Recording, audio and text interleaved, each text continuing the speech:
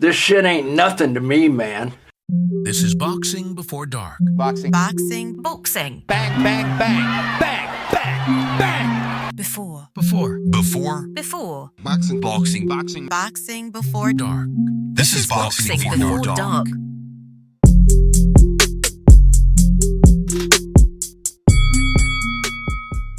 All right. Now we do the wind up. Gotta do it the same every time. Get into your pitching motion. Yeah, that's exactly it. I realized that Lynn fucks up the name because it's dark there. Oh, yeah. The name of the show's Boxing Before Dark. I mean, I'm basically nocturnal, so I mean... So the That's daylight is your nighttime. I mean, if I look outside, it is quite black, but, you know... I had a Studio Ghibli day yesterday. That nice, soft anime rain, and then I took my umbrella and walked to work, and I walked through that abandoned-looking area. I sent you some pictures, Leo, with all the... Yeah, and it's just like plants, and they're dripping, the nice, gentle rain. Walk across the bridge on my way back, say hello to the fish. Nature has reclaimed it.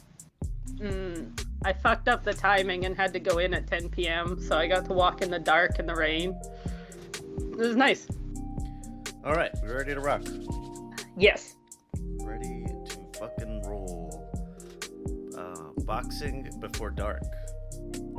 It is very dark where our new homie is. Lynn, how you doing? Well, yeah, I'm on this now. I am also on this podcast for reasons of I'm like the only degenerate that talks about British boxing, and yeah. Someone needs to serve up the Brit slop, and we also need basically someone. We need someone to make fun of as well. Me and Leo get along too well. Life, don't we? Need combatives. Shanada, you're doing all right over there? Yeah, I'm doing much better this week. Yes, me too. What are we talking about? That's one of the lost episodes. You're gonna have to go looking for that one, and you already know where to find it. Yeah. Not suitable for the general public. It's all right. It was a good warming up experience for Lynn, I think. Kind of get a good feel of the dynamic.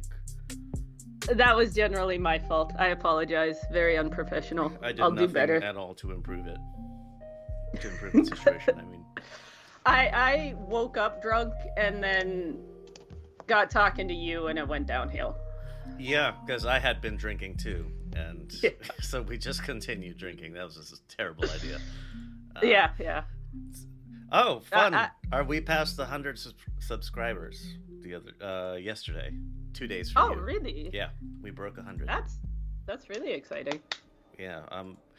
I told the guys on B-sides, and they're all like, doing typical dude stuff like LFG, chest bumps and stuff like that. Like, man, it's not just you. It's not just us. You guys are both new. I don't know. Shanada was a bit more a part of that, building that up. I guess I'm the oldest co-host now, aren't I? Yeah, I think you passed RGF, who was longest tenured for a while. Nice. You're stuck with me forever, Leo. Yeah, well, don't threaten me with a good time. Once I leave Japan, I will be useless for your podcast. Well, we'll see. We'll see how we can work it out. Yeah, I got a year left. Oh, speaking of good times, the NHL playoffs. Lynn, you're a fucking NHL head, aren't you? Yeah. I mean, we made the final. I'm a Panther fan, just for context of anyone who actually follows the NHL. Where are they from? Edmonton made Florida. Florida Panthers is the that has not been controversial at all, given the whole tax thing, but that's a different debate. Make the final. We're playing Edmonton. That'll be fun and exciting. So hopefully, fucking rat-faced Brad Marchand wins, beating out the Canadian team. We we may have to put Benita on Crash Out Watch. Look, we beat Edmonton last year. We're gonna beat them again. Fucking Canadians can cry harder. I don't care. Fucking Florida is half Canadian anyways. Wait, Look, let's you not. say Canadians with the E or? No, she did not. That's what I was wondering. Because isn't there a team called the Canadians?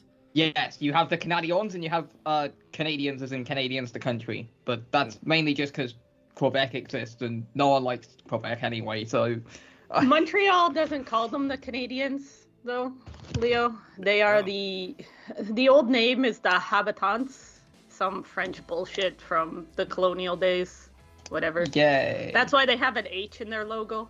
I see. Yes. Yeah. And that's why their nickname is the Habs, if I recall correctly. I know it's like one of the names they go by Yeah, anyway. the French fucks. Nobody cares Yes. about them. Yeah, we do not like Sorry, the French, Mom. so Sorry, Mom. We'll be shitting on the French Canadians a little later as well. Excellent. I would cheer for the Actually, Arizona this is a good Coyotes if I segue. had Oh, yeah. them. If I had a team. If I fucking had them. But yeah, segue. What did they name? What did they? Yeah. Utah Speaking Mammoth.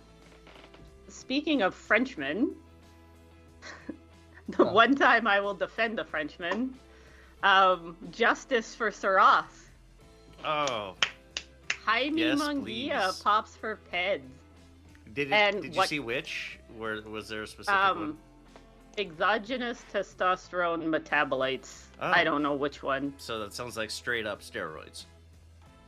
Yeah, so exogenous means from outside the body, and metabolites is Breakdowns. he's brought in outside testosterone, and they found what his body turned it into, basically. Yep. Oh, that's Yeah. right. This is your field of expertise. Well, no, but kind of. Kind of. But yeah, and what camp did he just join, Leo? Oh, he just joined the fucking Reynosos. Yeah. yeah. If I can speak here, this reminds me of a tweet I saw from a guy called Takeru on Twitter. He tweets a lot about boxing. Fighters who have been with Reynoso and who have at some point tested positive: Canelo, Oscar Valdez, Ryan Garcia, Julio Cesar Martinez, Luis Neri, Jaime Munguia. There's probably more, but I can't be bothered to look them up. Those are the big names. Yeah. And they all Yeah. popped in Reynoso. And there might be At more. some okay. point or another, it's like they got caught for something and they switch up their recipe. That is, they are all getting caught for different things. Exactly. Yeah. One person pops and then they just change it up. Wow, what a bunch of fucking scumbags. One's an anomaly, two is a trend. At this point, we're fucking beyond trends. Like, 3 Yeah. is fire 6 trainers and a nutritionist or something, right? Like, right. Victor But Conte went serious. to jail for less. But fucking Jaime Munguia goes on Peds and can't even knock out a Frenchman. What the fuck, Jaime? Well, he had the endurance to bore the fuck out of everyone for 12 rounds. Ugh. So that's God damn. a test of stamina. So he can ask for the B sample to be tested and all that. This is the A sample tested positive post-fight. So it's not even a pre-fight sample, it's a post-fight sample, which So- is worse. Yes. This is a sample he gave right after the fight. So anything that was in his system was definitely in his system during the fight. Yeah. Wow. What? Not like this. Not like this, Trinity. Munguia, I always took him as like a well-meaning, sort of like quiet kid, and Yeah, I always really liked Jaime. and he's a fucking drug cheat. He went to the Yeah. Reynosos because they had the good stuff, is what it is. At some point they gotta fucking shut Reynoso down, right? You would think, You would think. but Uh. he's in Mexico. So? Mexico has a boxing commission. Yeah, and WBC's based out of Mexico too. Not like they're gonna stop. Like, yeah. Yeah. I mean, and it's not like it's a Mexico only problem, Mm-mm. but I'm waiting to see what Jaime blames it on. Tainted beef? Are we going with the clenbuterol defense? He'll probably just like do what a lot of them do, and he'll be like, "Oh, I had no idea that was in my system. It's a complete mystery. We have like no idea." And then he'll probably say like tainted. There'll be like something that was tainted or something, and then everyone will move on in about 3 months and forget this even happened. Yeah. That's what they do, but I don't think Munguia's a big enough name, but not a big enough star. Right? Like, he's a big enough name, everyone cares, but he's not Canelo to get it swept under the rug. Like, because Canelo didn't even get suspended, did he? For the last time he popped? For the time he popped? No, he didn't. He just... they had the Golovkin fight, the Golovkin rematch was canceled. If I'm not mistaken. But he didn't really lose any time or anything. Not at all. I don't think Munguia's that big a star. I think Munguia's gonna get Ryan Garcia'd and suspended for a year, which Munguia doesn't fight that often anyways. But still, at this age, that's losing out on some precious time. Maybe not. I guess it depends on how they try to explain it. Tainted eggs? Yeah. Are we going with eggs again? Oh god. The only time wild boar meat was Fury wild boar meat. Yeah, I was gonna say the only time I've heard somebody try to cover up straight up steroids was Tyson Fury. Like every other time, it's some kind. It's a PED, yes, but it's not a steroid, which kind of same but different, I guess. But is clenbuterol not just a steroid? It's not a steroid, as far as I know. It helps with endurance and oh no, it is a bronchodilator, so makes your lungs better. Yeah. It is abused generally by bodybuilders and athletes for its ability to increase lean muscle mass and reduce body fat. Yep.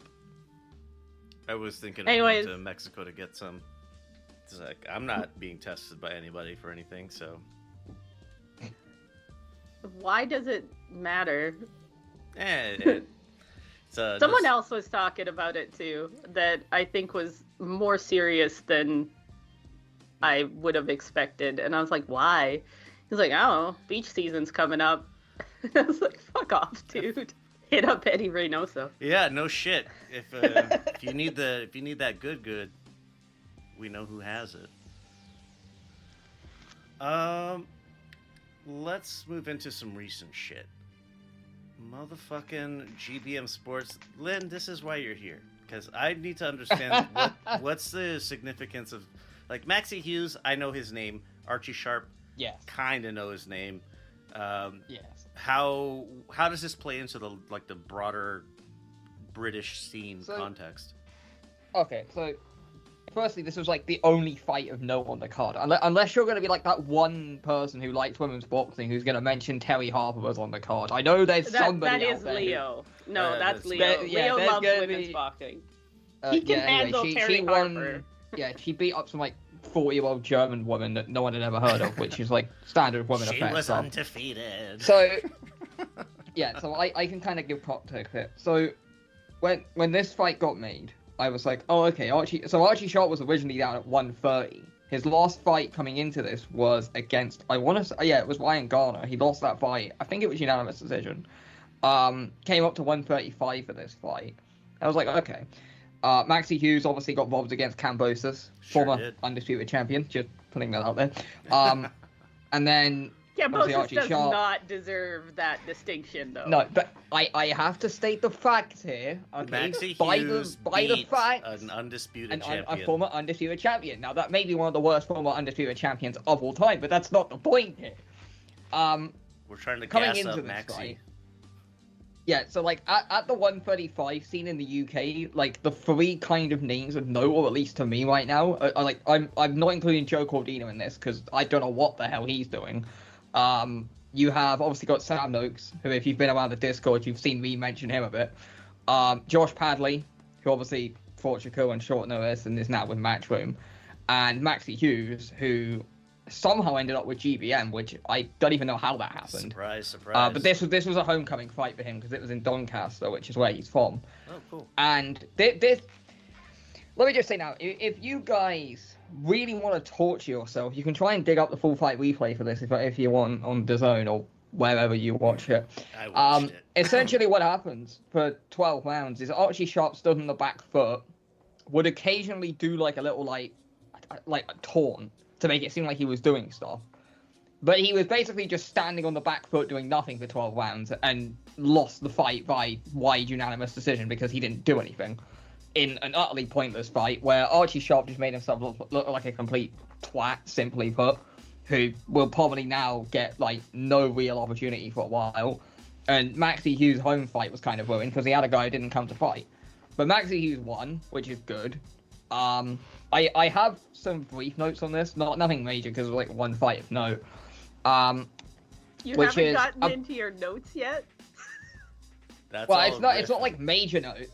It's not major notes. I have so for each of the cards we have coming up today, I got like a point or two just so I remember to say them. I'm just fucking with you, Lynn. Don't take it too serious. Sure. One thing that could be interesting. I don't know how realistic a fight this is, but both guys are from around Doncaster. Josh Padley v Maxie Hughes at 135 up in Doncaster at some point this year would be incredible.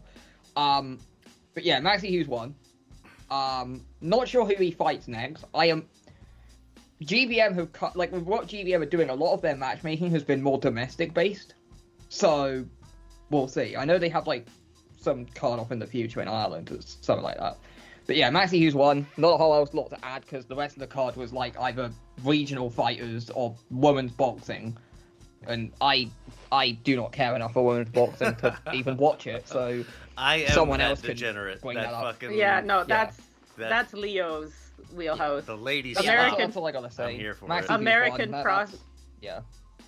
So, Leo is that was- American prospects and women's boxing. I got everybody who weighs less than 126 pounds, probably.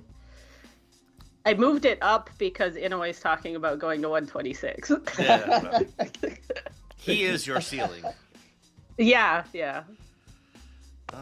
Josh Padley, where the fuck is Maxie Hughes? I just go off of BoxRec just because it's a good. Yeah, base. I mean you can look at this. Yeah, The everybody knows 135 scene in here isn't like massively deep, but we got some guys who are like 4-inch world level. I mean you can look at the from bottom. We got like Note Hughes Padley, and then after that just a complete chasm. And even getting down to Padley, like, because he's climbing his way up from the fucking abyss. Well, Oh, he's yeah. British. Yeah. No, Maxie Hughes. I mean, is he was definitely literally like a British. complete unknown prior to the Chamberlain fight. Like, it was crazy. Yeah. I was curious. Now when he came yeah. in on short notice, right? Yeah. Yeah, that was. I mean, he fun. was literally on a construction site in another continent about 3 days before that fight. So I'm not sure how much you can really take away from that. The WBA has him listed as number 4. Maxie. Who, Padley? Yeah. No, Maxie Oh. Hughes. Oh. Huh. It was like, I don't know, I didn't look at WBA rankings because it's all a bunch of. I swear sometimes fighters just spawn in the rankings. It's like, who are you? How did you end up there? The yeah. WBO has your Sam Noakes at number 1. Way. Is he a Queensberry fighter? Yes. Of course. So what's funny is actually all 3 of these top 3 guys are signed to different promoters. Padley signed with Matchroom after the Shakur fight. Maxie is with GBM and Noakes is with Queensberry. So if a fight was to happen between any of those 3, it would be cross-promotional, technically. So, yeah. We'll see. Yeah, I want to see, doubtful. like, 2 of them fight. I want to see 2 of them. Like, I mean, if you've seen me in the Discord, you know for a fact I want to see Padley versus Noakes, but I also am aware that's probably a fever dream. So, Yeah, getting well. Queensberry to go outside of their ecosystem, if it's not with Top Rank, they just don't do it. From what I've seen, unless somebody's paying a stupid amount of money for it. yeah. yeah, I don't think there's a whole lot else to discuss. So next thing, which actually does also concern me, is the Queen's boycott that happens. Unless we want to go to the Shinata with the Japanese stuff as like a boycott between the two boycotts. No, I was just gonna say that the WBA has Maxie Hughes at number 4 and Pitbull Cruz at number 8. Don't you dare! We gotta bring our don't- Mexicans in to fuck up the British scene. No. We need to introduce the rule in boxing. Any Mexicans are now just legally banned from fighting a Brit if they have like any degree of competency at boxing. It's just not allowed. We can't have degree of competency is a really broad term because Yeah. you could bring you in the forget, no-name and they'll fuck up a British fighter. Leo, talk about the Terry Harper fight, because I honestly didn't watch this card. There's at not all. a whole lot to say about it. I think Lynn covered it pretty well. Natalie Zimmerman just did not have anything that was gonna challenge Terry Harper in any way. So, congrats to Terry Harper. Okay, we can move on to Yeah, Kingsbury, I guess. Speaking of somebody that Nobody nobody knows. yeah, we're going There with we go. Ekau Esselman gets the dub over Josh Taylor. Starting from the bottom, Yes. Moses Italma. Is it too early to say that Italma has that real deal potential? Lynn's probably Not gonna too say early yes. for potential. Okay. The potential's there, but it's too early to tell if he's the real deal or not. I mean, Deontay Wilder knocked out like 40 of these motherfuckers in a row. And Just look how that saying. turned out. Italo that's is the what I best mean. prospect at heavyweight. That's just a fact at this point. Like, He is the top. I think the top heavyweight prospect, just bar none. who's better than him as a prospect at heavyweight? Like, are we gonna get Americans trying to tell me that Richard Torres Jr. would beat Italo? Like, that's not happening. Oh. I fucking love Richard Yeah, I was gonna Torres, say. So do I, but he's not beating Italo. Not with that but attitude. he's so cute. Yeah, but that doesn't mean that he's gonna beat Italo. No, I didn't say he beat him. I said I like him more. I like both guys, but I feel like Italo just... genuinely, I feel like Italo could literally kill Richard Torres Jr. in the ring. Just straight up. I keep saying that Richard Torres should move down to cruiserweight. He's the should. perfect size. He just needs to cut a little bit of muscle, and he'll be fine. Should go Bridgerweight. Work for Somebody Kofi, I else guess. added a bridger weight, right? There's 2 now. WBA, I think. Yeah, it's big guys. I don't give a shit. Yeah, it semi big. I don't know the distinction anymore. Hold on. Anything over 154 is big. All right, continuing on. Nathaniel Collins. This is one that Who? I needed some help with. Who the fuck is Nathaniel Collins? Who is Okay. Lee McGregor? Okay, so I can give... Like, how much Brit lore do you want on this? Because I actually know, not like a massive amount, but I'm aware of both guys. Hey, I gotta drag this thing out quickly. In fact, because I know them. I want to get specific names they fought. Because I obviously am not... I'm insane. So, Nathaniel Collins, former British featherweight champion, beat Zach Miller, who's the current British featherweight champion, and then boxed for the EBU silver belt, which is some belt. He beat some no-name Italian and didn't look great, and then I'm pretty sure he was mentioned he had like surgery not too long after that fight. So, yeah, took some time out of the ring, came back coming into this fight. Lee McGregor was signed with Wasserman. He lost to Ayala, who, funny enough, is a Mexican, because of course it is. McGregor was coming into it off the back of a win on, I think that was the Usyk Fury 2 undercard against Isaac Lowe. Nothing win. Didn't look massively impressive. So, coming into this fight, like, Collins wasn't a massive puncher, so I just thought he'd outbox McGregor and win a decision. And after 3 rounds, it was quite interesting, because Collins was doing well. McGregor had a good second round, mainly because he just, like, got on top of Collins and kind of just pushed him back against the ropes. Smothered him And a then, little bit. basically, he got on the end, like, if you... I'm trying to recall the parts of the fight, I remember. But round 3 came, Collins picked up that round pretty clearly, boxed pretty well. Round 4 came, and I was like, okay, 2-1 Collins, we got a fight on our hands there, it's getting going. And then McGregor just fell apart, got dropped, I think, 2 or 3 times, and that was that. I'm pretty sure after the third knockdown, the corner threw in the towel. By far, the most high level best performance that he's had. McGregor's definitely better than I think the guy that he was fighting before. Collins wins, McGregor loses. Fairly anticlimactic in the end, because I was expecting this fight, if it was going to be stopped, it was going to be late. I thought this fight would be clear decision, but no, Collins got it done early. I know for a fact he's ranked highly with some alphabet body. I know Nathaniel Collins is number 4 by the WBC. All right. There you go. Yeah, I know he was highly ranked with someone. When I was looking at, so kind of what I've done in my notes, I kind of know a guy that could be an option. One guy who's ranked. So here's the thing: Collins is ranked number 4, but do not in hell give this guy anywhere near a world title fight next, because I'm telling you, he gets destroyed. Bruce Carrington is a guy who I'm pretty sure is going to be, if we're going down the WBC route, he's going to be a target of Collins. One name I've noted down. Well, he's ranked number 1 by the WBC. Yeah, I'm pretty. Isn't he fighting for some interim belt in against someone? I think soon. One thing I've noted down here. Could we see? I'm not sure if this will come next or what. Collins v Segura, because Segura was the guy who gave Carrington the toughest fight of his test, and if Collins can win that fight, that then sets up the fight with Carrington. If you want to go that way longer term. Because he's already ranked highly, so he doesn't necessarily have to, go out there and win 3, 4, 5 fights before he gets to Carrington. If Did you say Sagawa? Sagawa, yeah. Sagawa? I don't know. Sagawa would fuck up Collins, no question. Maybe, but I mean, he's ranked below Collins can't hit hard enough. This is the African guy, Leo. You remember Sagawa, right? Suleiman Sagawa. Yeah, I remember. Yeah, him. he fucks Colin up so badly. That dude has a chin.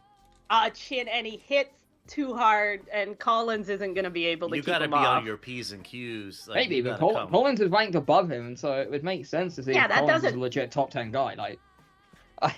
I mean, yeah, but I don't think he is. I mean, this is boxing. You can't. You have to come correct. Collins is serious, because I know for a fact he's serious about this. So I mean, if he wants to establish himself as a top 10 guy in the division, I mean, there's your fight. Sagawa's not the one to pick. No. Not if you're expecting. I'm sure there's some other names around there in the thing. Well, just style-wise, he's not the one for Collins to pick. No, not at all. Come perfect to make that work. Frank will find someone. He'll find, knowing Queensfield, he'll probably pick some Italian bum that somehow ended up with some trinket belt, and he'll end up in some position to end up in a world title fight. But he could fight Raleigh. Oh. Or not Raleigh. The other one, Robesi. Oh, that's actually one that could be made. That's a top rank to Queensberry thing. Robesi Ramirez. The Cuban. And him. He could get beat by a Cuban, but he won't get hurt too bad. That's assuming Robesi doesn't get tapped on the eye and kind of drops Yeah, I mean, I kind of... But I'm just saying, that's a much more higher, winnable. More winnable and higher reward. Nobody knows who Sagawa is except us. Sickos. I don't know. I mean, I kind of said coming into this fight that I didn't think either guy would go beyond European level, so... We'll see what Collins does. So, yeah. Well, speaking of seeing how somebody can do, Ekao Esseman. Where does he... We're not gonna mention Yumbi? Who? I don't know who that is. I don't know. Alois Yumbi, it was on the main card. He fought David Jameson. He's a cruiserweight that is actually kind of not awful, but also not amazing. He's a fighter. But it was on the main card. They're cruiserweights. No one cares. Josh Taylor in the WBO, which would be his preferred. Here we go. Ranking. He's 11th versus Ekao Esseman at number 5. So Ekao Esseman with this win enters title contention. He's at that level with wins with a win over Josh Taylor. Am I underrating Josh Taylor here? Josh Taylor hasn't looked good in a long time. He's been a real long for time. A minute. Yeah. I don't want to hear this revisionism, because if you go look at the server and you go have a look at what people were predicting for this fight, most people were predicting Josh Taylor to win this fight. Let's not act like, Taylor wasn't good, Esserman was always gonna win, blah blah blah. No, people were picking Taylor to win this fight. He was a massive favorite.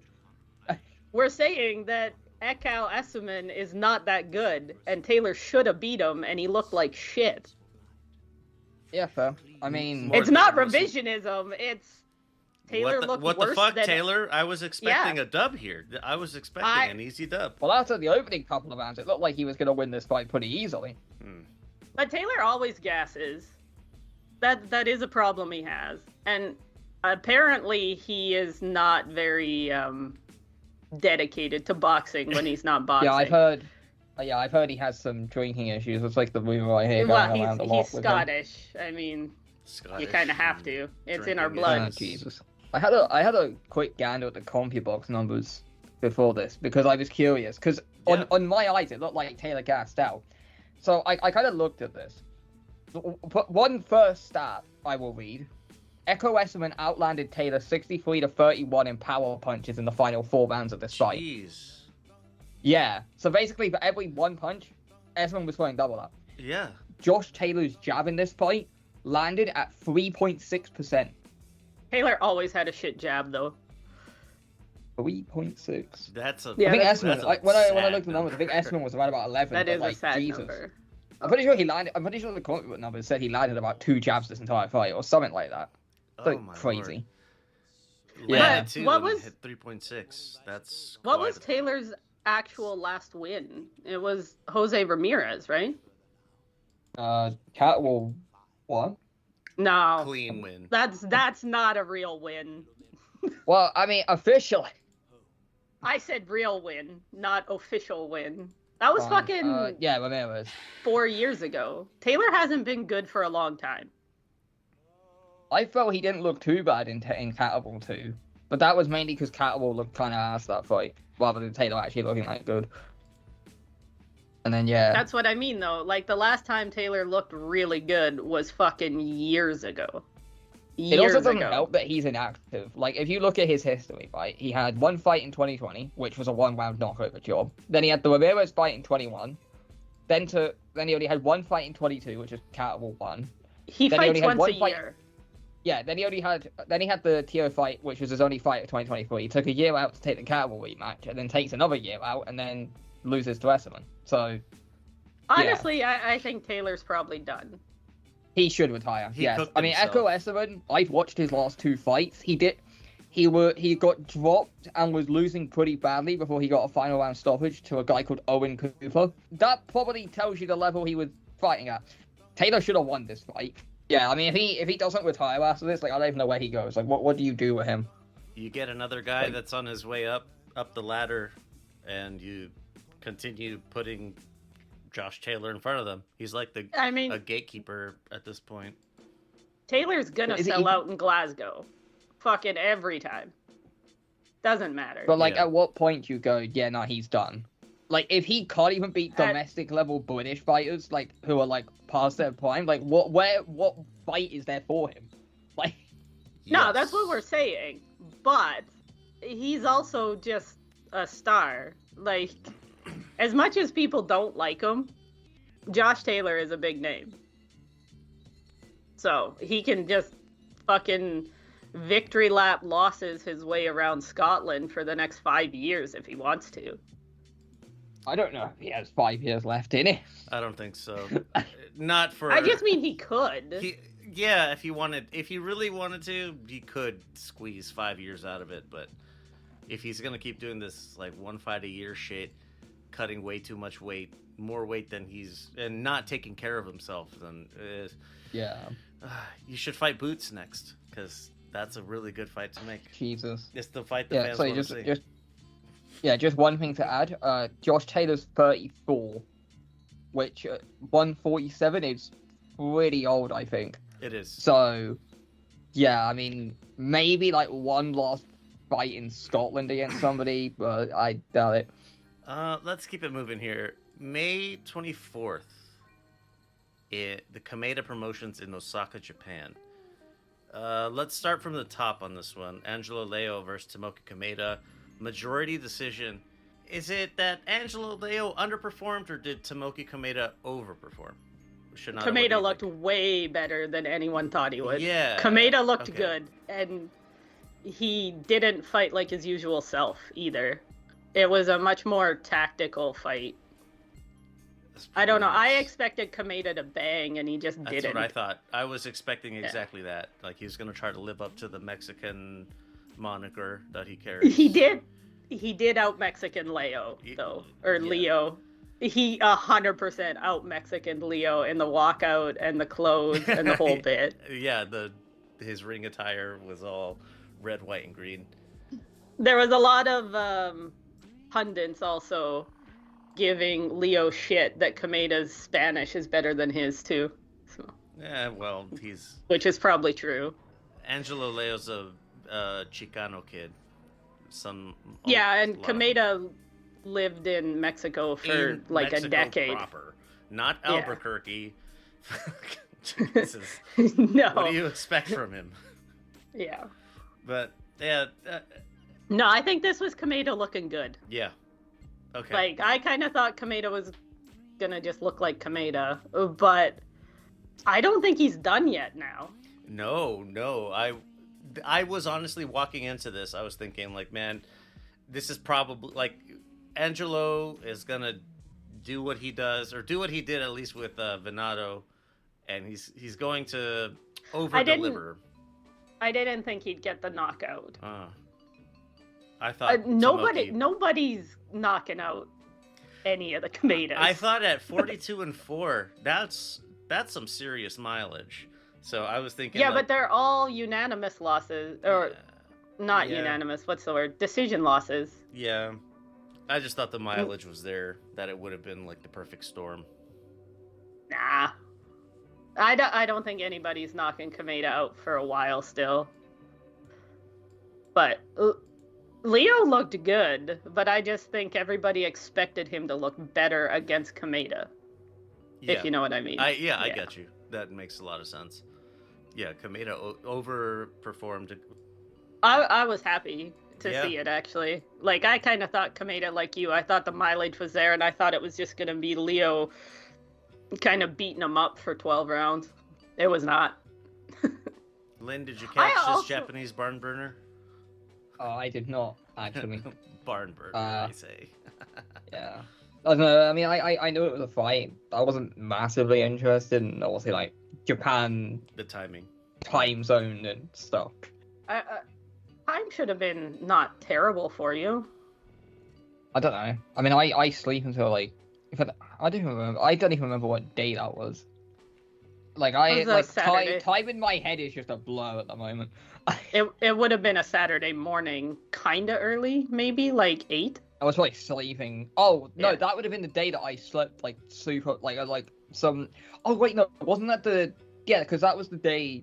That was I the was day listening that to we YouTube. recorded. Yeah, and that was the day I was up until like 9 a.m. So I was really sleeping until like I had to get up and then the brick card and stuff. You overnighted it.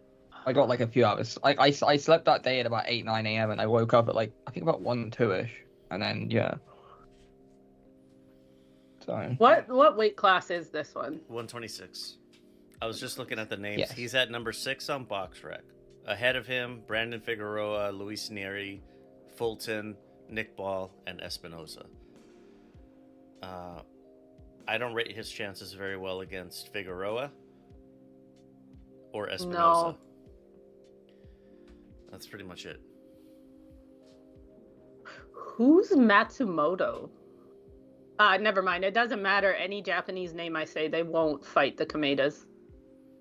The Kamedas are still pretty blacklisted in Japan. Oh, yeah, they're Southern boys. Well, no, the Kamedas are actual gangsters. Oh, well, in that case. Like, not kind of. Like, the Kamedas definitely were in bed with the Yakuza. That's why they moved to Mexico. Oh, shit. They were avoiding the law. Well, that is a little bit of Yay. rumors, but the rumor is that they were fucking around with the Yakuza enough that the law was after them, but also some of the other Yakuza were after them. That's why they went to Mexico. The story, the official story, is more sparring and improving and all that sort of stuff. Better fight environment. Yeah, I don't think that's why they left Japan for like 6 years. I choose to ignore all the information that you just delivered. And that they moved to Mexico for better sparring and training opportunities. But the only what's the promotion that does Nishida? It's not one of the majors. Muto, the Muto boxing gym. Yeah, you got it. I don't know where I got to know, but we did. It ends in O. Yeah. He's from Osaka. Anyways, Muto would probably work with the Kamedas because they just don't. They're not big enough. Yeah. That's why Nishida is so hard to buy tickets for. You know what wasn't great? Pedro Taduran, Filipino, split decision over Ginjiro Shigeoka. This was a really good fight. It was. Until the end. Throughout, all the way up to the final bell, it's like, wow, that was fucking entertaining. I did not expect that level of entertainment from strawweights, or that level of like power punching. I'll say. This was a rematch. Yeah. Wasn't it? Yes. Yeah. They fought almost a year ago. And Shigeoka got knocked out. Like, ref stoppage knocked out, but knocked out. Technical knockout. And I had thought he had a broken orbital bone, but it wasn't. It was orbital shelf, which is the, like, underneath and behind your eye part that separates your eyeball from your brain. So 10 months ago-ish, he had a broken brain casing. Functional portion. Yeah, like, not the aesthetic shit in your face. Yeah. Like... The part that makes your eyes work. Well, the part that keeps your brain... Connected where to your brain eyes? belongs. Oh, okay. Yeah, and not, like, in your nose, right? It's what separates your brain from your eyes and your nasal cavity. And the fucking JBC let him fight the same guy in 10 months? What the fuck, Japan? Yeah. But the fight itself was great. And everybody always says that the little guys have no power. But right now, minimum weight has some killers. And everybody's gonna tell me I'm fucking delusional. But it's true. I would have to agree. I'm also a fucking degenerate, though, so, like, who cares what I think? But like, who's the little Mexican guy? Collazo is Puerto Rican. Okay. So, sorry. But that guy gets knockouts. Like, sure does. Real shut your brain off knockouts. But as weird as it is to say, I think Shigeoka was just too small for boxing. He's a tiny guy. He made Taduran look huge by comparison. Yeah. I don't think Shigeoka does much of a weight cut for 105. If there was a division below 105, he should fight at that. Yeah.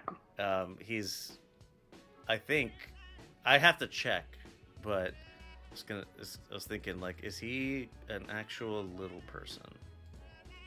No, he's not that small. He's 5'0". Okay, so he's like right on the cusp of it, but he's just delicate. Like small boned. But anyways, I guess for anyone who didn't watch it and doesn't follow Japanese boxing, we haven't actually said what happened yet. Oh, right. So, Shigeoka looked good during the entire fight, right Super up to tough. the end of round 12. And, like, he didn't look that buzzed. He didn't look hurt really, at all. He fought right to the 12th.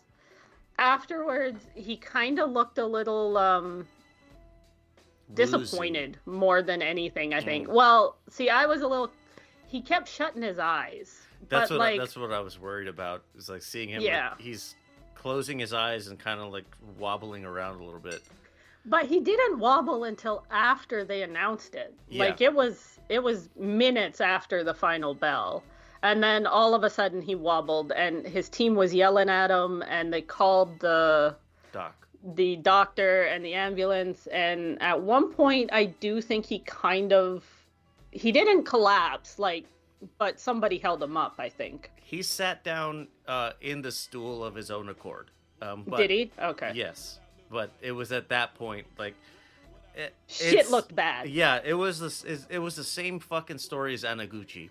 As soon as he sat down, except like, Anaguchi looked bad at the end of the fight. The whole time. Yeah, you're right. Yeah, you're right. It was just like he Shigeoka sat down didn't look that bad. You're right. That's what was more surprising was like he didn't look that bad, and then he sits down and suddenly and he he's never got knocked down. No. Not you wouldn't even call any of those, like, for the amateur aficionados, like, not there weren't even any like standing eights. No, he looked good the whole fight, and then he did collapse isn't the right word, but he looked like shit. And they got the stretcher and they stretchered him out, and he was like rubbing his nose and stuff on the stretcher, and he looked like he was responding to people on the stretcher. But they took him to the hospital. He had swelling on his brain. They had to do a craniotomy where they take a piece out of your skull to relieve the pressure.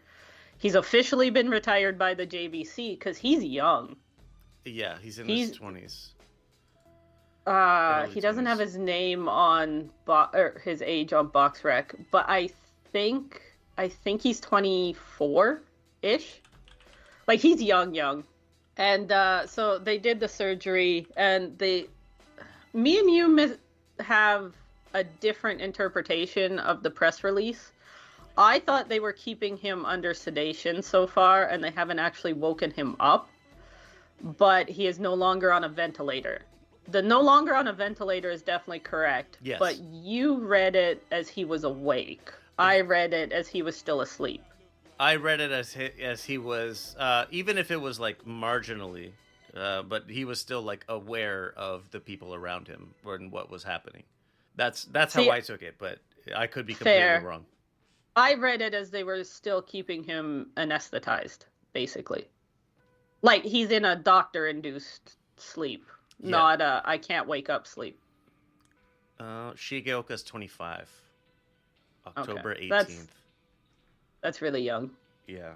So it seems more promising than Anaguchi.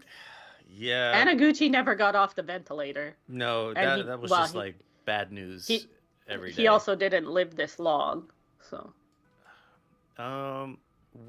From his brother Yudai, I'm gonna read his little press statement. That's been translated by Google, I assume. Yeah, it's a translated version. So like there are some parts that translate very well. Yeah, we'll get to that. I'm sorry to have worried everyone about Ginjiro. It's the 5th day since he was hospitalized. They say the next week will be the most critical. At first, he needed a respirator, but now he can breathe on his own, and other indicators don't seem to be getting worse. If he can get through the next 2 or 3 days, the doctors will be able to tell us about the next steps. I'm sure everyone's support and wishes are reaching Gin. I guess shorthand. He's trying desperately to live. Gin has never given up before. He's strong, so he'll be fine. I believe in him too. I'll let you know if anything else happens so that you can feel at ease. Please leave it to me. Please continue to pray for him. Thank you. Yeah, so.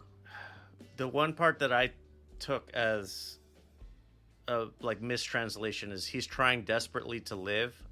I feel like that translated into something worse than what it really was. Is that like he's just, I don't know, he's in the condition he's in and he's trying his best, but I don't know about desperately. Maybe, I don't know. Yeah. I don't know. It's sad. Not sure. This sounds more promising than Anaguchi. Absolutely. But we'll see how he does when he wakes up. If he wakes up. Within days of Anaguchi, we were already hearing like he's struggling on the ventilator. He's not responsive to like a physical stimuli. It got pretty fucking dark. Pretty fast. Yeah. This sounds a little bit quicker. But Padaran has shown that he is top of the division style. Oof. So Colazo has 2 belts. Melvin Jerusalem has the other one. Do you think you go for unification against Jerusalem? That's a Filipino on Filipino thing. I'm not sure if they're gonna do that.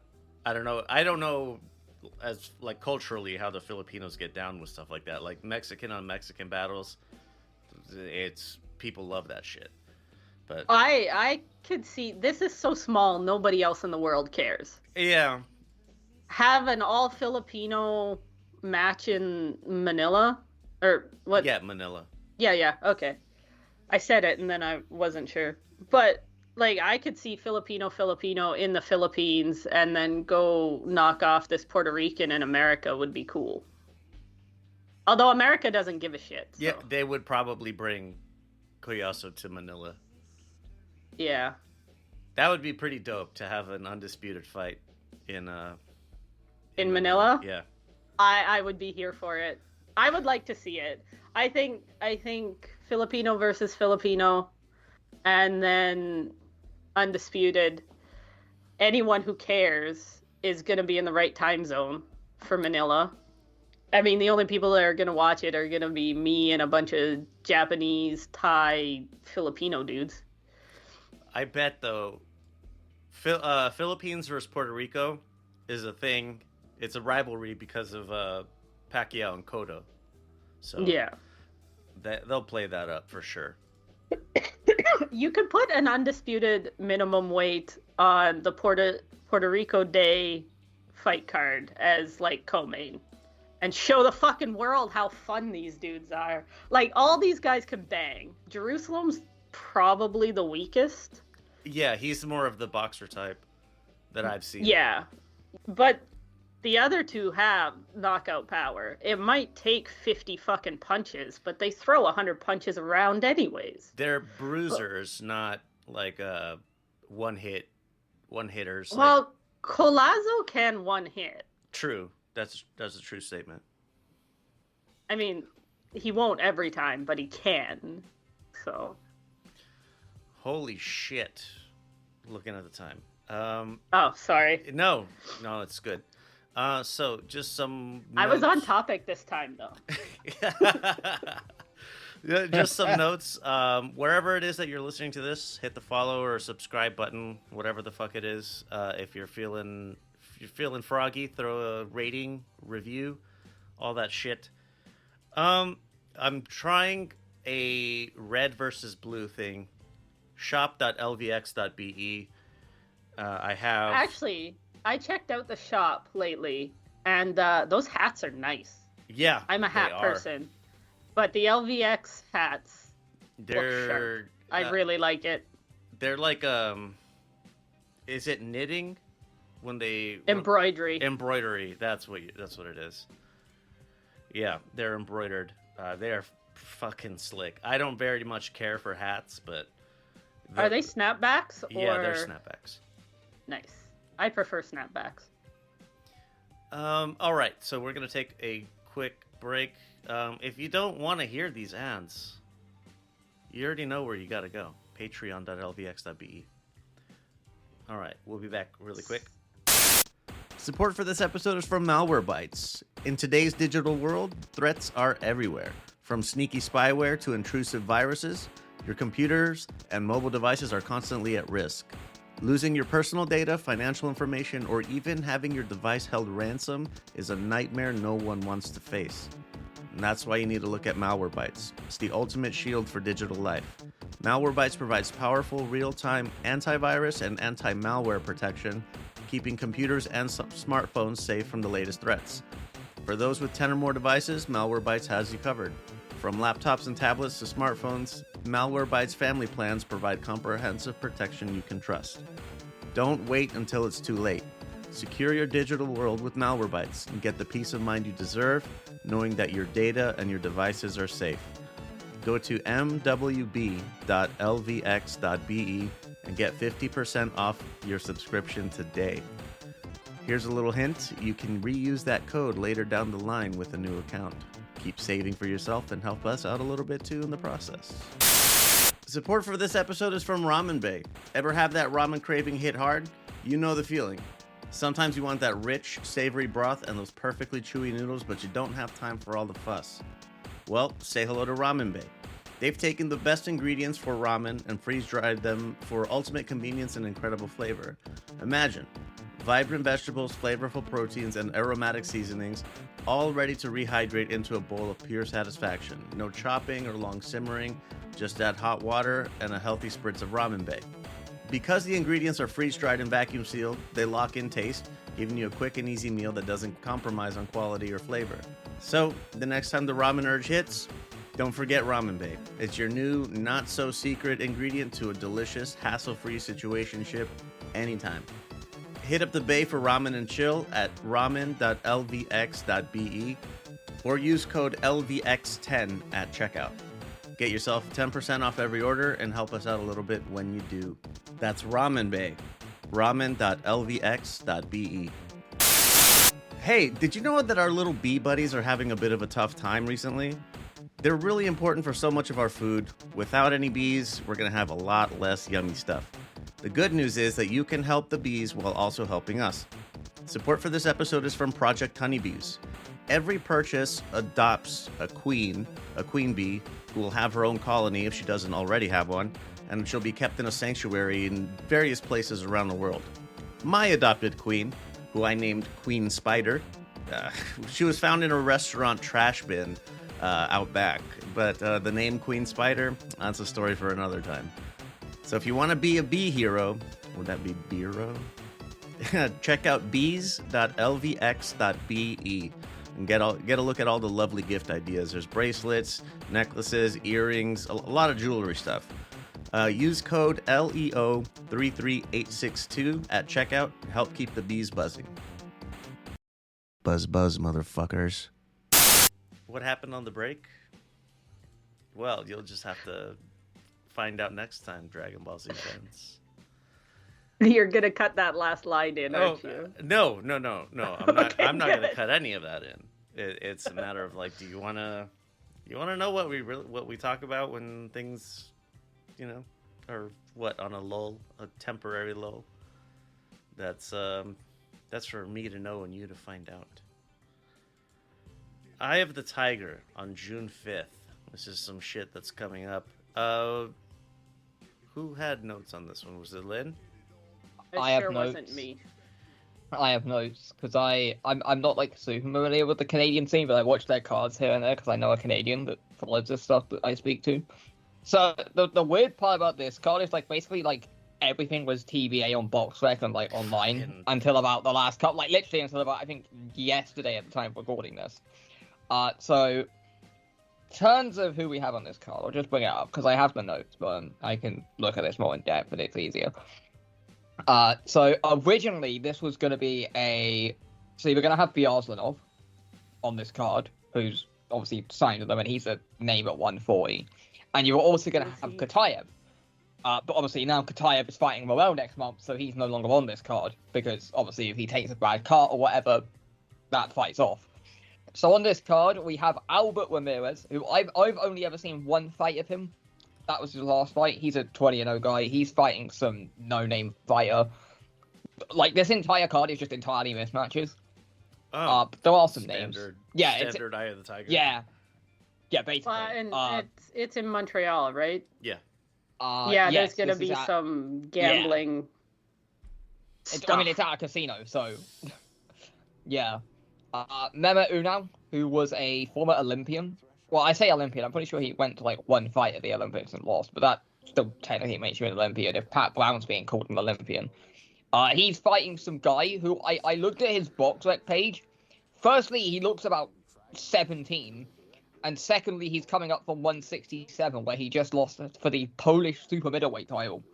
So any degenerates got any knowledge on that guy, then I'm here for that.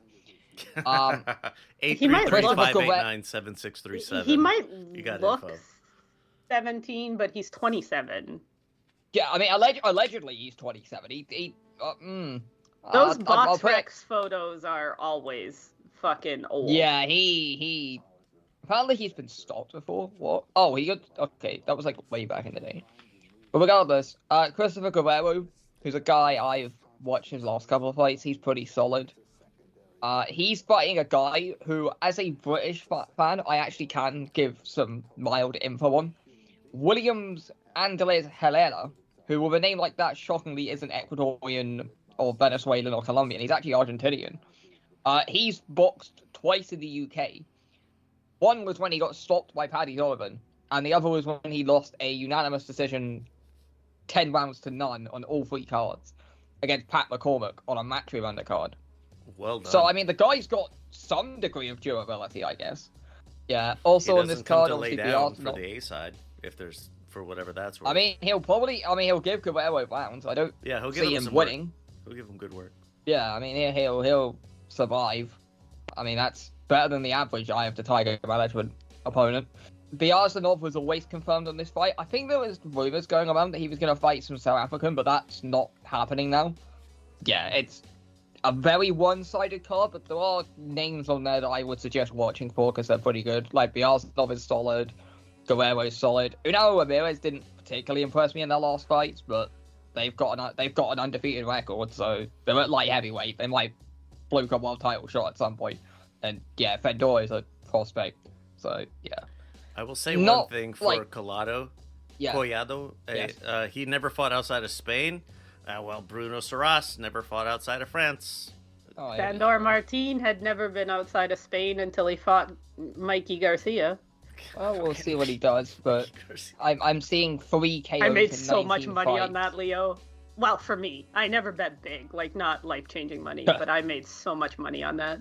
Yeah. So yeah, not a if you're expecting some 50-50 wars, don't watch this card. But if you want to watch some guys beat up some cans, yeah, you can kill off a couple of hours of this. That's what I'll do. That's what I'll probably do. This is a card on the Thursday. And so the way that I always bring it up is like, if you are hankering, you're just fucking jonesing for some boxing. Like, it's a Thursday night, you don't have shit else to do, there's going to be Eye of the Tiger on ESPN. So there you go. But don't expect it to be pro box. Don't expect good competitive boxing. Just you're getting boxing, but it's not necessarily the best. Speaking of toy box, the next card is in the US that is to discuss, and I will now hand it back over to you two. June 6th, Star Promotions and Salida Promotions are doing like a collab. I don't have a whole lot of information on this. Brandon Moore versus Stanley Wright. There you go. That's Oh, I know why I made the cutoff where I made it. Wendy Toussaint is a hilarious name for this man. Oh, because click on his picture. Yeah, I know Wendy Toussaint. Yeah, it's just a really funny name to me. That's why I put this card on the outline. I do this shit all the time on Ultimate Effing Casuals, where it's like I'm watching these Muay Thai cards, and you know how Thai names can be. I fucking love Thai names. Yeah, that one company that bought everybody and gave them kitty cat names. Yeah, like Pet Garfield, Pet Kitty, Pet Gato. Like, get the fuck. I think there was like a Mr. Fluffy. Fucking love it. Yeah, Wendy Toussaint is a fun name. He's not the first Toussaint I've met, but I've never met a dude named Wendy before. That's the first. I did know somebody who was super annoying, whose name was Wendell, that everybody called Wendy. So, moving on to Queensberry on the. Wasserman. Yes. Now, I'm gonna get this over quickly because it's a Wasserman card and there's not a whole lot to discuss. There's like 2 names on the card that I think anyone outside the UK needs to know, which are Josh Kelly's headlining. You know, he was a prospect once. He's a guy. Then he actually fought someone good and got immediately destroyed. We talked about Josh Kelly before. Yeah, we've mentioned him a few times. And also on this card, I'm not sure why he's with Wasserman. I don't know if he signed with them or what, or if he's just here for a fight. Because I'm pretty sure he was with, I want to say Matchroom before. Felix Cash is back on this card. Felix Cash is a name I recognize. Yes, he actually stopped Denzel Bentley back in the day. That's how who obviously very good fighter. Probably gave Jalabek one of his toughest fights. Felix Cash has done nothing since. He had 2 low-level fights and then came back to fight Tyler Denny last year, and that fight ended early due to an accidental clash of heads. I'm just looking at what it says on WorldSpec. So he hasn't boxed since then, and that fight was in June of last year, so he would have been out the wing for almost a year. Yeah, he's not fighting anyone notable. It's a guy who has a record of 20-17-1, and he's 39. If you want to see blood, though, Felix Cash is the guy to watch because he cuts every fucking fight, and half of them are bad. Yeah, I mean, we'll see how he looks in it, but I don't know what he's doing with his career, because he's 32 now. He's done nothing since he stopped Bentley, which has aged well, and now he's on a Wasserman card, and, like, if you're in British boxing and you're ending up on a Wasserman card, that's a sign your career is not going well. Yeah. It's good to know what the context of Wasserman is, because I know them because the Sauerland brothers, they sponsored the World Boxing Super Series. Well, that was like 7 years ago. Okay, yeah. Well, I mean, they're the dudes who have Harlem Eubank. They also signed Michael Conlon lately, who, I mean, I don't know why he's come back to boxing. That dude is cooked, but, I mean, I guess they can cash him out in one last fight somewhere on the domestic scene, which is his level now. I wanted Mickey Conlon to be so good. I wanted it so bad. Yeah, I mean, it just sometimes doesn't work out when you turn pro. I mean, I honestly thought it just made me sad. Who was the guy he fought that he got destroyed by? Jordan... it was Jordan Wood. Gill. Beat his Lee ass. Wood. No, Jordan Gill was the dude. Lee Wood did not beat his ass. Lee Wood was getting fucked that was that a war. Entire fight. The fight that I saw was the Jordan Gill fight, where Conlon basically looked hurt anytime Gill, who had, like, a really low KO percentage, like, landed on him. I was like, bro, this guy's got to retire. And then after he disappeared for a while, I was like, oh, he's retired. And then it came out earlier this year that he's back now. He went into promoting, because he's promoted a couple pro box cards in Ireland. Brother. Yeah. Have we? Huh. Jamie Conlon's the primary one. If it's pro box, one. you two would know more. But, but Mickey Conlon was doing it he's too. He's on it, yeah, for sure. Yeah. I took it out of my head. I choose to believe Lee Wood was whooping that ass. And he was not. Before he knocked him out of the ring. I don't think Lee Wood's capable of whooping anyone. He normally just gets into a war and then somehow ends up winning. It's like his entire fucking career.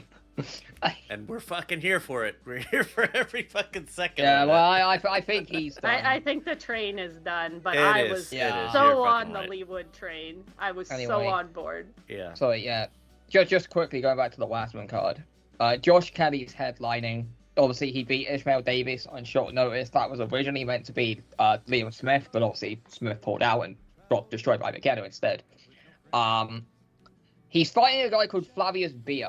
Now, ignoring the fact that he kind of sounds like a Roman emperor, which does kind of make sense when you consider he's Romanian. He's 24-1. Whoa. We gotta go back for a second. How does him being Romanian make sense for a Roman Empire? Because, like, there's some historical thing there, though? Or am I just making sure?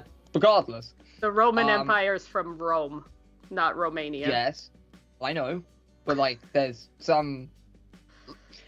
Look, this is a boxing thing, not a history thing. If you want to be a historical nerd, fucking whatever. Fucking nerd. Anyway, I had a look when this guy got announced, because I was like, who the fuck is this guy? Is he, like, some secret, like, insane, like, hidden European... No. Most of his fights are in Romania. He also hasn't had a fight since May of 2024. So, yeah, I mean... Yeah, it's another pointless fight for Josh Kelly. The real question is whether Kelly can stop him, but I doubt it. He'll probably just win a unanimous decision in a very boring fight. But, I mean, it's a card. I mean, it's in the UK, this card will be free. I don't know how you would watch it elsewhere. They might have a YouTube stream or something, but it's on Channel 5 in the UK. That's about all I gotta say. There's not a lot. Well, the Brit slop continues. Yes. Fabio Wardley versus Justice Hooney. Before we get to the main event, is there... Dillian White, has his opponent been determined? Yes. No, I had a look earlier. It's still to be announced. So if I had to guess, they're going to drag some... They're either going to drag in some fat Argentinian to roll over, or they're going to bring in a fat African to roll over. That's usually how this goes. Yeah. Who was the dude that Richard was his React last for one. beat recently? Get him in off the couch. So, not for this fight, obviously, but there's been rumors that people want Dillian White versus Dave Allen now. Cash out Dave. Yeah, I'd heard about that. And the whole argument is, well, Dillian White is I don't know what that White fight is does shot. for either of them. Yeah, but like, what does that fight do for either of them? If Gets Allen them loses, paid. then like his career, he's now just completely fucked. The answer is yes. And if White wins, like, what does that do? Well done, you beat a dude whose best win in the last couple of years is Johnny Fisher. Like, they both really need it. White gains nothing out of it, and if Allen, like, there's like, I don't know, Yeah, but unless you, White gains nothing out of any of these fights he's taking. Allen would David be the Allen biggest would I do mean, name. something White for was him. meant to fight Joyce until he got injured, so Yeah, but I'm just saying, in the last 2 years, 3 years, maybe, Dave Allen Well, would be there the was the biggest whole- name that White has fought. well, I mean, he had the whole drug thing, which kind of screwed him over, and meant that he couldn't fight in the UK, I'm pretty sure, which is why he had a fight in Gibraltar against Tete, and had a fight off in Ireland against Christian Hammer. Right, That I'm Tete saying, fight, by the way, he looked dreadful.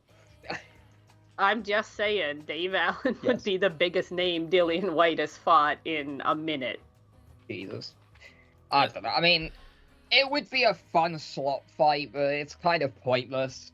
And I Brit don't know. Slop is why Diddy and we're White will go fucking for some here. bigger fights. Brit so- Slop is always pointless. 90% of British like- fights are That's why pointless. it's Slop. Then that's why I we're don't here. know. I mean, Dave Allen should follow like more the domestic. Like I think for Dave Allen, he should try and Dillian go White after- is domestic level.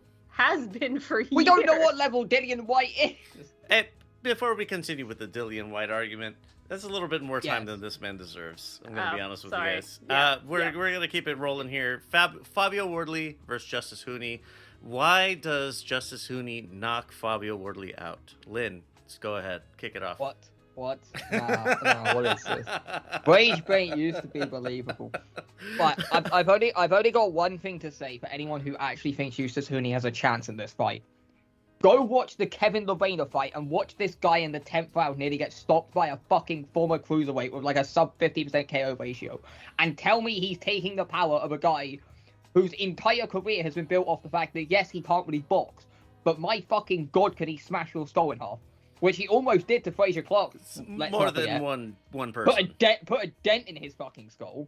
That was Like gross. people actually want to act like Eustace Hooney's gonna chat. No, like Hooney, like this could go similar to the first Clark fight where Hooney boxes him and does well, but like, what has Eustace Hooney shown since that Lorena fight? He's beat up a bunch of cans early, down under, which have done nothing for his development. Like, we saw in the Lorena fight, he's got a suspect gas tank. We saw his chin isn't that great. He hasn't got much power. So it's like, what does this guy have? Or what can he do that's going to make Fabio Wardley respect him? He will serve when you consider- justice. That's all I got.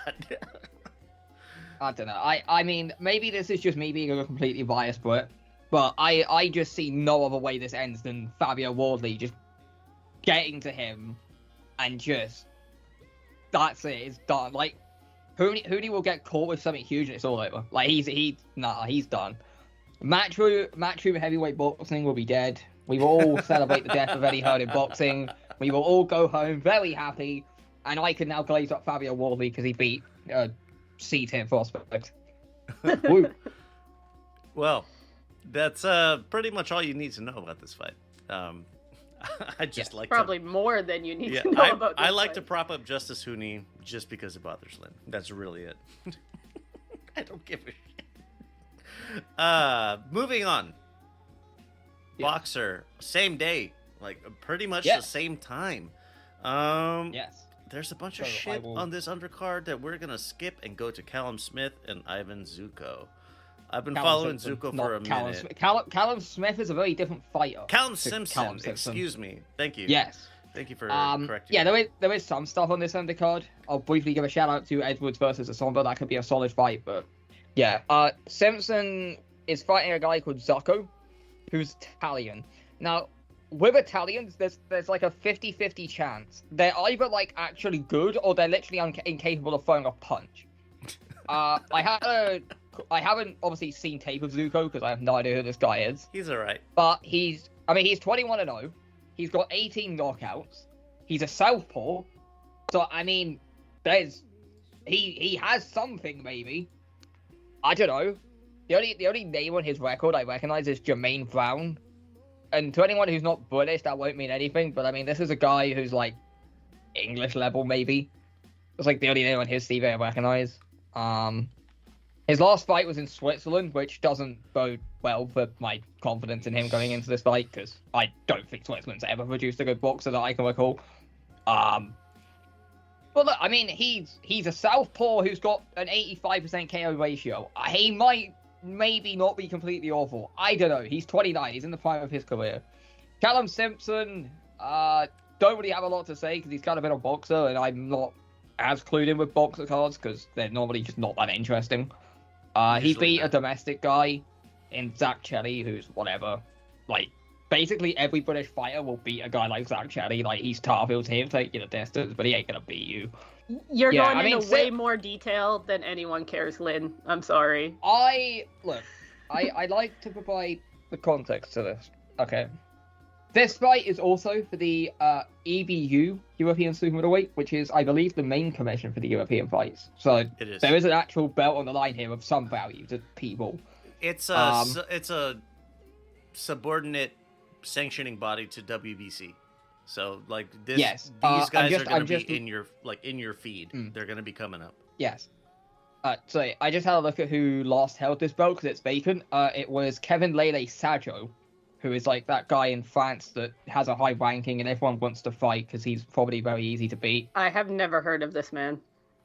I know he's high. I'm pretty sure I don't know if it might have been him. I'm pretty sure I saw a thing earlier that says he's going to fight Iglesia, or there was some rumor about that.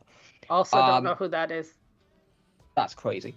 But anyway, Simpson I'm not like massively sold on. Like, he'll probably get to European level. I don't ever see this guy being much of a threat at world level, but we'll see how he looks in this fight. I will probably be watching Fabio Wardley at this time, though, so I'll have to catch this fight afterwards. Yeah. Okay, we gotta move on, because I am bored as fuck about the Brit slot. Top rank on the 7th, so this will be later in the evening if you're in the US.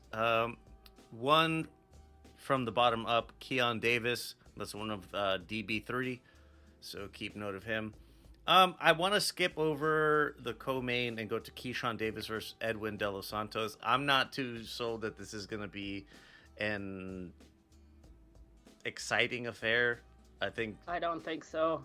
I don't expect Edwin is going to come to bang the way he has previously. And Davis is actually pretty fucking good, so... I don't think, even if he wants to bang, I don't think De Los Santos is going to catch him. Davis is too slick. The only way they bang is if Davis decides to, and I don't see that happening. That would be a mistake. De Los Santos does have pretty heavy hands. It would be a mistake and out of character. Yes. I think chances are very low. This is going to be boring. That's why what interests me more is Abdullah Mason versus Jeremiah Nakatila. That's just because you love Abdullah Mason. I do. I really, really do. I think Abdullah Mason is him. As I understand it, that's how the kids are saying it. He is him. Jeremiah Nakatila is actually a pretty solid step up for where Abdullah Mason is. So this to me is the main event. Like, I want to see how good Mason does with a pretty solid opponent. Yeah, and those African guys always come to win. They try. Yeah. Well, usually. Because I can think of 2 exceptions lately. But the smaller guys especially, they come to bang, and they won't quit. Like, you gotta get them out. Yeah. I'm really curious to see how Abdullah Mason does. My glazing notwithstanding. I think Mason will get rounds this time, because Abdullah Mason usually stops people pretty quick, doesn't he? He does, within the first 6 at least. Yeah, I think this guy will take him rounds. I disagree. I'm looking at the. I mean, I'm not like an American person, but I remember when this fight got announced. And I just double checked this. I had a quick look at this record. At his record, this dude got stopped inside 2 rounds by Muatello and Mercado. So, not sure how well that bodes for him going up against Mason, but we'll see. I've been wrong before. Yeah. It'll happen again. But I who knows? Fair enough. I am also just being slightly stereotypical. I won't even call this one racist, just stereotypical. Oh. Moving to June 8th, Matchroom in Aus. They're Australia. yeah. I'm gonna miss this one Why is that? because I'm gonna be at the other one. Hey, so a couple moving up. Max McIntyre, that's a name I recognize as an Aussie prospect. Danny Keating, Tyler Blizzard. Just for the name. Him for the Tyler name. Blizzard Yeah. versus Rocky Odin. We've been following Tyler Blizzard for his last like 4 fights just because of Yeah, his I know. name. Yeah. And the Well, also, his nickname, which I don't think I had noticed before, is the Wizard. Tyler the Wizard Blizzard. Yeah, try Love it. saying that one fast when you're drunk. Did you skip the very first one on purpose, Leo? yes. Okay. Then Ben Mahoney versus Eddie Colmenares. It's a 154 fight. I think that's the co-main. And headlining Jai Opataya versus Claudio Squeo for the IBF Cruiserweight title. Who the fuck is Squeo? I don't know. I actually have law on this because I looked into this because I'm crippled with autism. Let me just say now, all the Jai fans and all the Jai defenders are not gonna like this. Skeo's getting stopped in about 2 rounds, and I genuinely don't know if he wins an English belt. Why this guy is in a world title fight, I have no idea. So I had a quick look at his record. Firstly, all of his fights have been in Italy. The only notable belt he fought for, which is how he got a top 15 ranking, was for the IBF European Cruiserweight belt against a guy called Nicholas Vassiden, who I then was like, oh, who's this guy?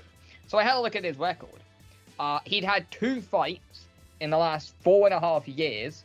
He was a domestic level fighter in Finland, of all places, and he was actually naturally a 167er stroke 175er. So he was basically a dude who had like 2 fights in 4 years and was like basically like massively up in weight from where he fought at before. Why he's in a world title fight, I don't know, but it's a complete joke. Matchroom in It's a complete Australia, joke. baby. Like I don't know how anyone can look at this fight and say, "Oh, Jai Opataya, you know, he's got power." When this is the level of opposition he's going to be stopping. They're marking Like, time. what? They're marking time Opataya's for killing time. to get to bigger fights. That's all it is. To me, that's what it is.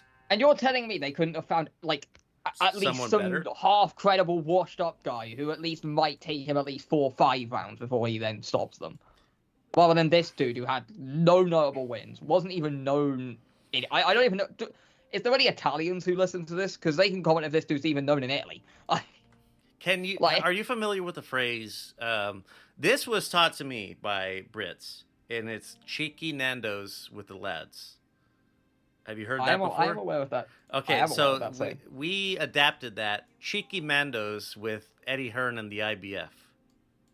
The IBF loves their cheeky mandos. They love their cheeky Mandos. But he wasn't a mandatory, I don't think, because he's ranked like number 14 by the IBF. I'm pretty sure this is a voluntary. Yeah, but Does it satisfy Same the thing. mandatory defense criteria? Maybe. probably. Probably. Like IBF is fucking. It's the fucking IBF. They're questionable. But yeah, I don't know. This fight, like, if this fight goes beyond 3 rounds, I'm shocked. Like, It shouldn't. it genuinely might be over in about a minute and a half. I'm not even bullshitting here. But, Leo, introduce your favorite guy on the card. Or did you forget? Terra Moana. Yeah, that's the one when he says skip the first. Yeah. Terra Moana's like a super awesome heavyweight prospect right now. He's like just getting into the thing, so like don't look at Moses Atama and say, oh yeah, he should fight Terra Moana. That's fucking ridiculous. Terra Moana is way too green for that.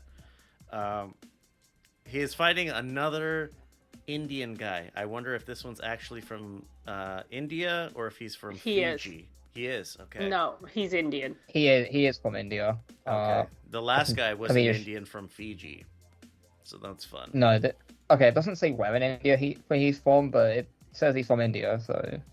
Terra Moana Jr. Yeah. Watch him. If he opens a card, you can watch him and then like fuck off for the rest of the day and then come back for Jayapataya. And Tyler Blizzard. Yeah. Of course. Moving to the motherfucking Taken card at the Ariake Arena. I gotta go print my ticket. I haven't done that yet. Ooh, because you're here for the... I'm going to skip that joke for the umpteenth time. But that is where these got mixed up. So that older guy that is just turned pro that I really like, Suboi, is on this card. Yeah. I like him. He's going to win by knockout, probably. Probably pretty quick. I don't know who this Vietnamese guy he's fighting is, so... He's fighting a 33-year-old Vietnamese guy who's 18-1 with 10 knockouts. But I say Suboi puts him out in the first 3 rounds. Probably. Who else is on here that I should know? Tenshin Nasukawa. Yeah. I was, who was I talking to? I was telling somebody about it, like, it was with Alex and Josh on B-Sides, and I was saying, as much, like, this guy is the ultimate fucking douchebag. He really is. I just hate his personality so much. But main character Americans would probably like him. He would fit in with the American style of self-promotion. Like fucking Tank Davis style bullshit. The way that I always frame him is the Japanese Lomachenko. No, more childish. More childish and more childish. Self-centered. That is fair. Lomachenko pretends to be a cocky douchebag. Adult and he pretends to be humble with his words, but you can tell he's lying. Okay, because Nasukawa doesn't pretend. do that. No. In terms of ability, that is also how I've recommended him. I don't know, man. If Maloney had power, Maloney rocked him. Paulie Malignaggi? Yeah, fuck. But Maloney rocked him. He did. You're absolutely right. And Maloney has shit power. This is the little Maloney. No, it's the big Maloney. Is it? Yeah. Well, whatever. They're the same. They both have shit power. They're the same, yeah, with like as far as power goes. They're both terrible. Victor Santillan, probably about the same level as the Maloneys. 14-1. He's not bad. It's fine. This is... I would love to see him spark tension. Just fucking shut everybody Somebody up. teach him some humility. Please. Please. Put this fucking child on his ass. But that's the thing, he's not a child anymore. He's like 26. Like yeah, he acts like he's 15, but... Acts like he's in an anime. It's fucking embarrassing. Well, all I know is that he does all sorts of cool fucking tricks with his footwork and stuff, so... And he does flips in his pre-fight testing the ring warm-ups. That they don't show on TV. But enough of douchebag. Let's go to the main event. Junto Nakatani versus Ryosuke Nishida, WBC and IBF bantamweight champions, respectively. I am fucking excited for this. Real excited for this. Yeah, you should be. This is a fucking amazing fight. Like, this in itself, just by itself, is worth the price of admission. 100%. I am excited for this. Like, this is gonna be Nakatani's biggest test in for fucking ever, I think. Nobody likes Nishida except me. I don't know why. I think he's fine. I don't have any problems with him, but No, I'm but, not like, overly everybody... see, everybody in Discord's like, oh, another fucking can that Junto's gonna knock out in the second round. He is not a can. hyped. Motherfuckers that don't know what they're talking about. He's also a southpaw, and I haven't seen Nakatani fight another southpaw. I just don't know if he's any good against them. It's people who are confidently incorrect. It's true. I do think Nakatani wins, but I think Nishida gains some fans. He wins the story of the night. I think it's gonna go late for sure. I wouldn't be surprised if Nishida survives, but I think if it is a Nakatani KO, it's in like the 9th or 10th. Now watch him knock him out In the first 2 minutes. Yeah. But I don't think so. I like Nishida. But yeah, I'm super excited. I got my ticket. This is one of those ones where they don't actually tell you where your seats are. And I keep forgetting. Come, first serve? No. So they don't give you like a seating map when you buy seats here. And I keep forgetting how expensive the seats are in which section, because Nishida's the one I accidentally ended up on the floor in Osaka. Yeah. So either the floor tickets were sold out by the time I bought my tickets, or I'm on the floor again. And I really hope I'm not. I like being really close to the front of the raised seats. So wherever the fuck I am, I'm row 10, seat something. But I don't know if that's in the folding chairs on the floor or if I'm up in the stands. I really hope I'm up in the stands. Yeah, I wouldn't want to be on the floor either. I don't like the floor. Those are dumb fuck seats to buy. Every also, event I've been to. The people down there are no fun. Actually, even in the like good stand seats, the people in Japan are no fun. But people in Japan are no fun. Let's just keep reducing the sentence till it stops making sense. Japan is no fun. Japan is no fun. People are no fun. I will stand by people are no fun. But yeah, no, I think this is going to be a banger. I might be wrong, but I think this is going to be a banger. I have high expectations too. I think, like I said, it's people who are confidently incorrect about Nishida. They don't know who he is, so they're assuming he's a can. Yeah, well, he's the one who fights with that small gym, so nobody ever saw him televised. Like, I had to fucking get a train to Osaka to see him defend his world title because it wasn't on TV. Good the stuff. Fuck. Well, he wasn't supposed to win it in the first place. Yeah, well, that's true. So yeah, I'm super excited about this. I'll probably miss the Aussie card because I'll be on the train and the bus to Ariaka. I'll put misleading exclamations with your name tagged. Well, the last time I did this was when Mungia got sparked, and I thought you guys were all fucking with me on the train. Yeah. Opataya's gonna die now, like, because you've set the precedent. Opataya getting knocked out by some random Italian would be pretty fun. Is he Italian? I would be incredibly happy. It would be funny. I can't deny that. Anything more for the Taken card? No. You've been listening to Boxing Before Dark, a Lux Media production. If you are just dying to tell us how fucking casual you think we are, you can be a duck. You can text our anonymous line, 833-589-7637. If you want to stand on your business, call, leave a voice message, or send a voice note in WhatsApp. And if you're entertaining enough, you might make the final cut of the show. 833-LUX-PODS. If you prefer to hit us up on social media, the account name is LVXMediaNet, all one word. It's the same on YouTube, Instagram, Blue Sky, and all the rest of that shit. If you can't find us, chances are we're not on it. If you want to get yourself hooked up with the ad-free versions of the episodes and help us out a little bit in the process, look us up on Patreon, LVXMediaNet. It's over there just like everywhere else. Even if you don't sign up on Patreon, you can still help us out by checking out our ad sponsors. You can also help by giving us a rating and a review on whatever app you're listening on. And don't forget, shop.lvx.be if you want to snag some threads.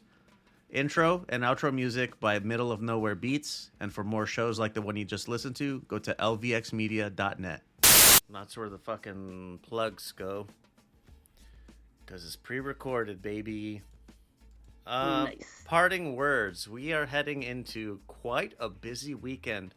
Is it a lot of star power? Not really. No. But it's a lot of boxing. And that's why you're fucking here. So, parting words. Well, the Oilers made the Stanley Cup final, so I guess I'm cheering for fucking Edmonton. Yay. I don't even know what their cheer is. They're not getting swept. They're getting swept on my life. Who are they playing? The Florida Panthers. I'm not at all biased in this. They are. They are playing. Yeah, I'm not at all biased when I say we're sweeping them. Not at all. Yeah, no. But I don't even want to cheer for fucking Edmonton. I hate Edmonton. Edmonton is the fucking asshole of hell. What's their actual city name is the Gateway to the North. Because that's the only thing they have is we were where the highway ended until recently. Alberta's just like 2 cities and the rest of it is just empty, so... I mean, that's every province in Canada, isn't it? No, not really. Name me a province with more than 2 big cities. I mean, like, the East Coast has some but... degree of population density, I guess. No. Newfoundland has 1 city. They don't even have 2. Ontario is, like, not entirely desolate. 2 cities. It's Toronto and Ottawa. Yeah, you got, like, other towns and stuff. Towns. None of it is just totally packed with people. I don't know. Ontario would be the only one where you could say there's more than 2 cities. If you include fucking Thunder Bay and Sudbury. If you want to see... no, never mind. I was going to say, if you want to see amputee strippers, you go to Peterborough on a Wednesday. Let me put a bow on this. Yeah. We gotta get the hell out of here. Amputees. Do you want to... You already know where you gotta go. Patreon.lvx.be. If you want to hear about what the fuck is amputee strippers, what is that? What does that even mean? So you're gonna have to go there. So this has been Boxing Before Dark. Lynn, this is your first time. Say a nice goodbye to everybody. That doesn't take more than 10 seconds. Goodbye, everyone. And the only thing I'll end on, Hooney's getting destroyed. All right, that's a good one. All right, Boxing Before Dark. We'll see you next time.